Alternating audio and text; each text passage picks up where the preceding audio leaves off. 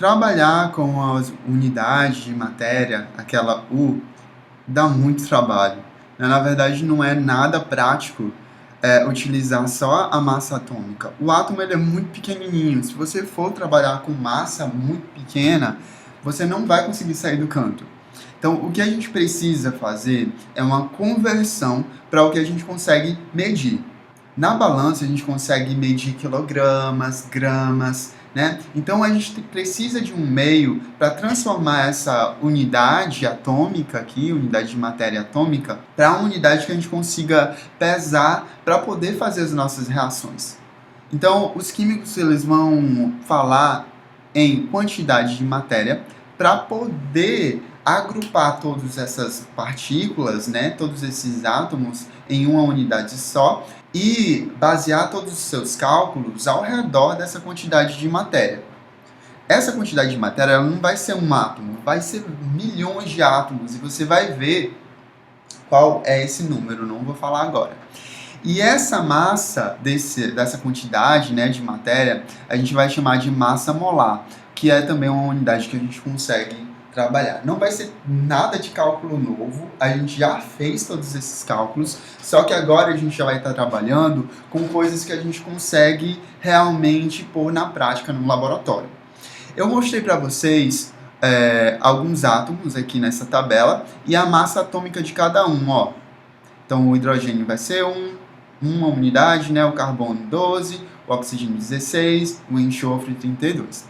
Se você multiplicar essas unidades de matéria por 1000, você vai ver que os números da frente, ó, eles sempre estão sendo os mesmos. Você vai ter 1.000, 12.000, 16.000, 32.000. Então, trabalhar com 1000 unidades é melhor do que trabalhar com uma unidade, fica mais fácil. Só que não é o suficiente, a gente precisa trabalhar com algo que a gente consiga pegar, que seria aí as gramas. Então, se você perceber, multiplicando isso daqui por qualquer unidade que seja parecido aqui com a grama, né, você vai ter também a repetição dos mesmos números. Ou seja, na prática, gente, ao invés de a gente utilizar esse U como unidade, a gente vai utilizar grama.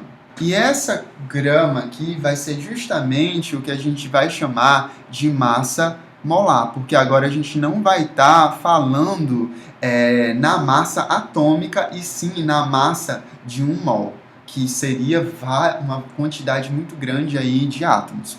Tenham em mente que aqui não é uma conversão, não estou convertendo unidade de matéria para grama, até porque a unidade de matéria, gente, é 1,66 vezes 10 a menos 27 quilogramas.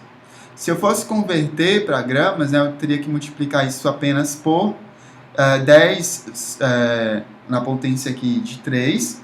Isso daqui ainda ia dar 1,66 vezes 10 a menos 24 gramas. Mas o que seria esse mol?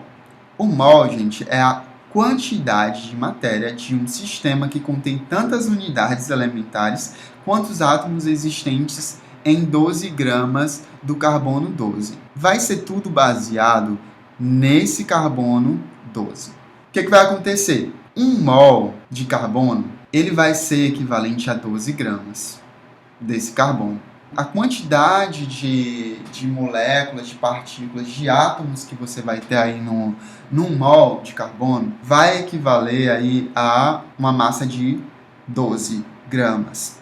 E a gente vai comparar isso com outros elementos. A mesma quantidade, um mesmo mol de um elemento vai ter gramas diferentes. Por exemplo, ó, aqui a gente tem a substância que é o gás hidrogênio. Tem 2 Hs, cada H vale uma unidade de matéria. A gente acaba tendo 2 unidades de matérias para a massa molecular desse daqui. Mas só que em 1 mol desse H2, a gente vai ter exatamente o mesmo cálculo, só que agora em G, em gramas. Então, em 1 mol do gás hidrogênio, a gente tem 2 gramas. A mesma coisa vai acontecer para o restante aqui, ó. Em 1 mol de oxigênio, você tem uma unidade molecular igual a 32, porque cada oxigênio é 16, 16 mais 16 dá 32. Transformando isso daqui para gramas, você vai ter o que a gente chama de 1 mol de oxigênio. A água, massa molecular em unidade de matéria é 18.